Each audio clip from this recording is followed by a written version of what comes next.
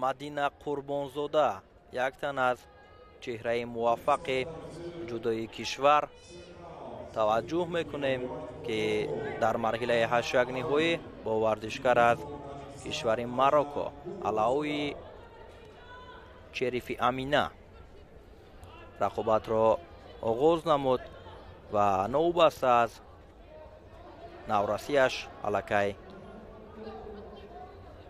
قربانزاده توانسته بود که در گرند اسلم دوشنبه در سال 2025 یک هنگام آفرین نشان بدهد و به گرفتن نشانی برنجی گرند اسلم ها دست یابد و این نوبت در دور اول در این مسابقه ورزشکار کشور سربیا را شکست داد. در دور دوم ورزشکار امریکایی را از صدی راه دور کرد و برای راه یافتن به مرحله 4 نهایی چمپیونات جهان میان نورسان با امینه شریف مبارزه را ادامه داده ایستاده است که تا حال حرکت های هر دو به نتیجه است و فشارآوری مدینه زیاد می شود. پایزنی های بسیار هم خوبی و مربیش هم مرتضی ناصرف از کنار نشسته برایش مصلحت می دهد که چگونه مبارزه برد.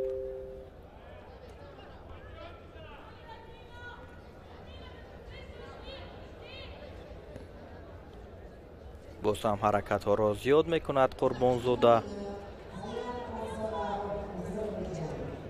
در حالت نیوزه.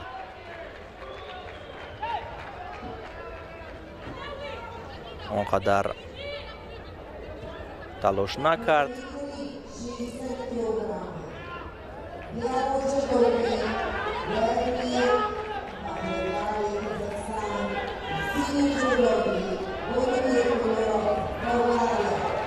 باز هم نزدیک می شوند.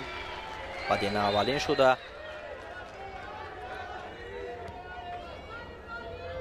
حرکت می کند و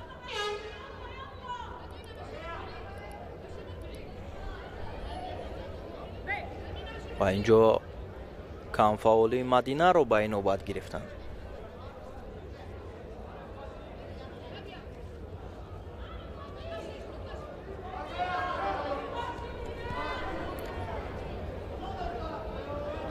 ادامه آزمایی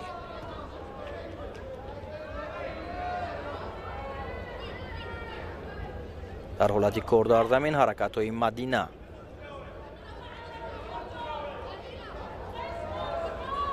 برای تسلیم کردن رقیب خوب بود و روبرتا چوغلیا داور این آزمایی اشاره کرد که رقابت را از نو ادامه دهند.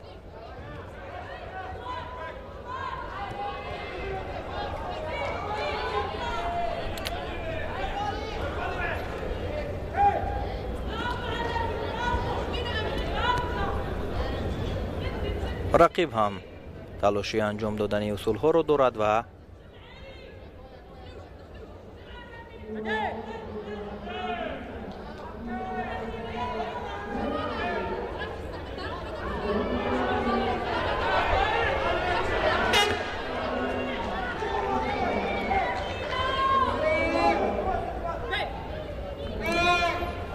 آزمایی ادامه می‌یابد.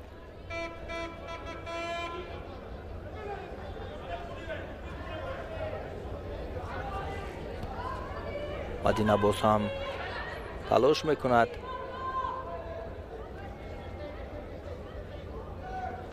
و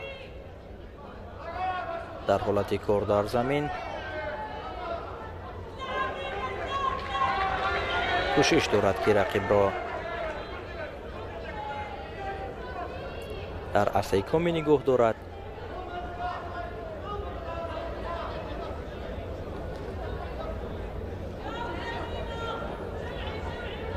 کم دیگر باید مدینه تلاش کند که پای خود را بیرون سازد و طریق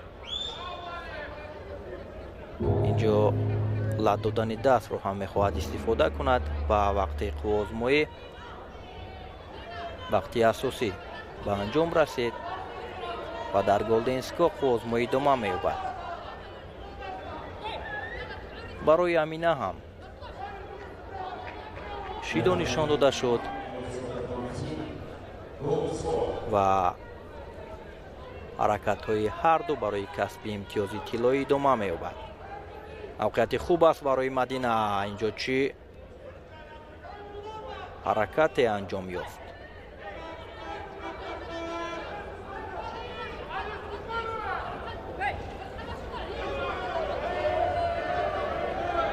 داور اشاره کرد که قوازمایی را ادامه دهند و باز هم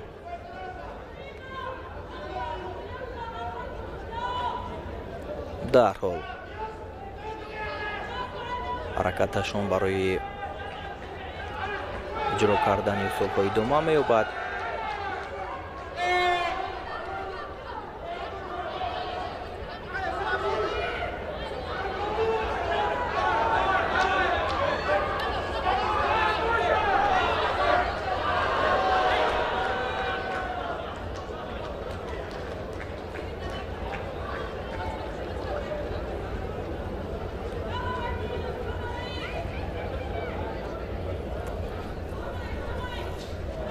تلاش‌های دیگر برای قربانزاده و شیدو برای مدینه نشان می‌دهند.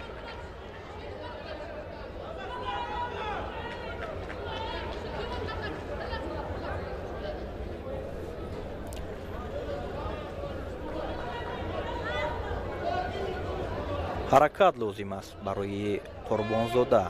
باید اینجا در این فرصت ها اصول اجرا کند تا که امتیاز به دست بیارد.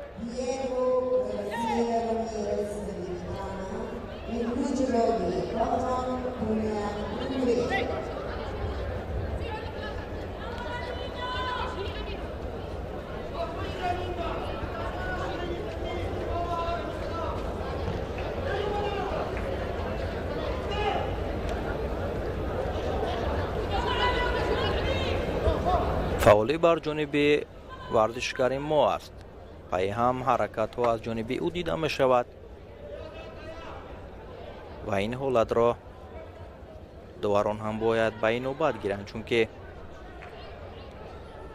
به مشاهده می رسد که رقیب از حرکت های مدینه خود را کنار می گیرد.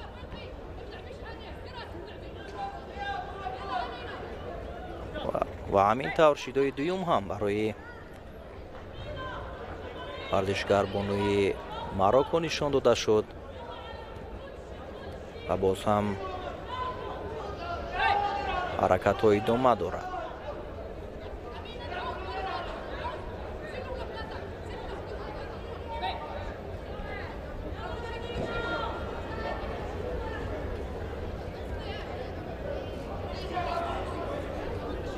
کوشش نوبتی از جانب قربانزاده و باز هم ادامه یابد همین گونه خوب است برایش، زیرا که همین گونه باید در این لحظه ها خود را فعال نشان دهد.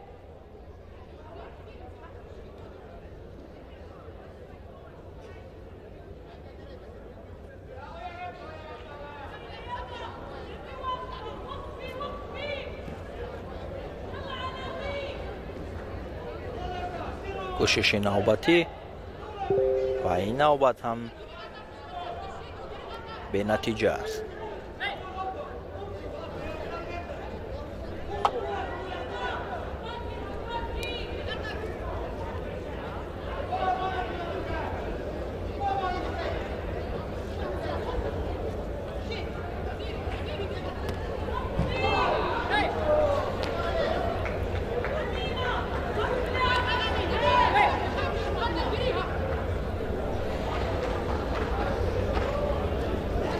هر دو علکه بسیار خسته گردیدند، ولی باید مدینه خود را قوی نشان بدهد و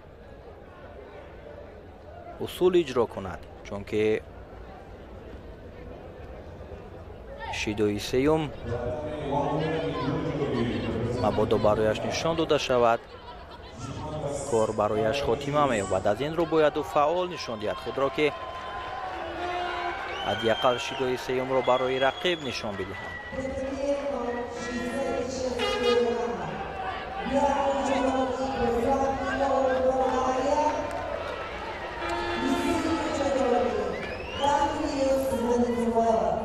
мавқеияти хуб аст инҷо, агар усул ҳам иҷро карда шавад.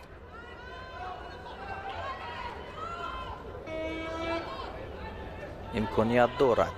Қурбонзода ҳаракатҳо идома меёбад, фишороварӣ ҳам зиёд аст ва чун инҷо дида мешавад ки рақиб ҳам роҳи гурезро мегирад ва инҷо шидои сеюм барои варзишгари Марокко нишон дода шуд ва Мадина Қурбонзода бошад дар як рақобати сахту сангин, дар як рақобати мушкил тариқи Хансоки Маки ғолибиятро ба даст оварду роҳашро ба марҳилаи чаҳор якниҳои ҳамвор мекунад. ҳамин тавр Мадина ба даври баъдӣ мебарояд.